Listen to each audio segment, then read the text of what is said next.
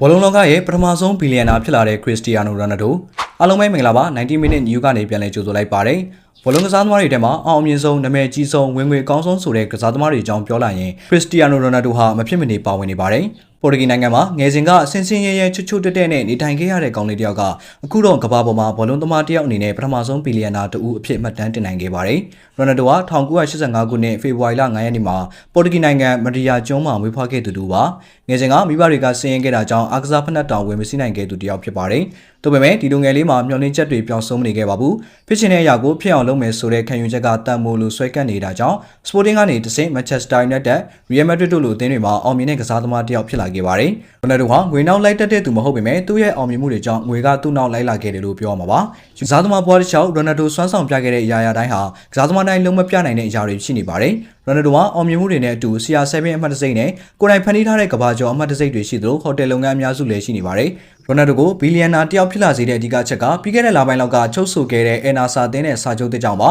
။အန်နာဆာရဲ့စာချုပ်တင်မှာရိုနယ်ဒိုဟာတစ်နှစ်ကိုတန်း200ကျော်ရရှိမှာဖြစ်ပြီးအသင်းရဲ့ရှယ်ယာ900ခန်းတို့ပါရရှိမှာဖြစ်ပါတယ်။ရိုနယ်ဒိုရဲ့အသင်းပိုင်ဆိုင်မှုဟာလက်ရှိမှာဒေါ်လာ1.45 ဘီလီယံအထိရှိနေပါတယ်။ဒါကြောင့်လည်းဘောလုံးလောကရဲ့ပထမဆုံးဘီလီယံနာတယောက်ဖြစ်လာခဲ့တာပါ။ဒါကလူငယ်တွေအတွက်တာမကတက်သစ်ဆကစားသမားတွေအတွက်ပါအတူယူစရာဖြစ်နေပါတယ်။ငွေနောက်အရင်မလိုက်သင့်ပဲအောင်မြင်မှုနောက်ကိုအရင်လိုက်သင့်ကြောင်းရိုနယ်ဒိုရဲ့လုပ်ရက်တွေကသက်သေပြနေပါတယ်။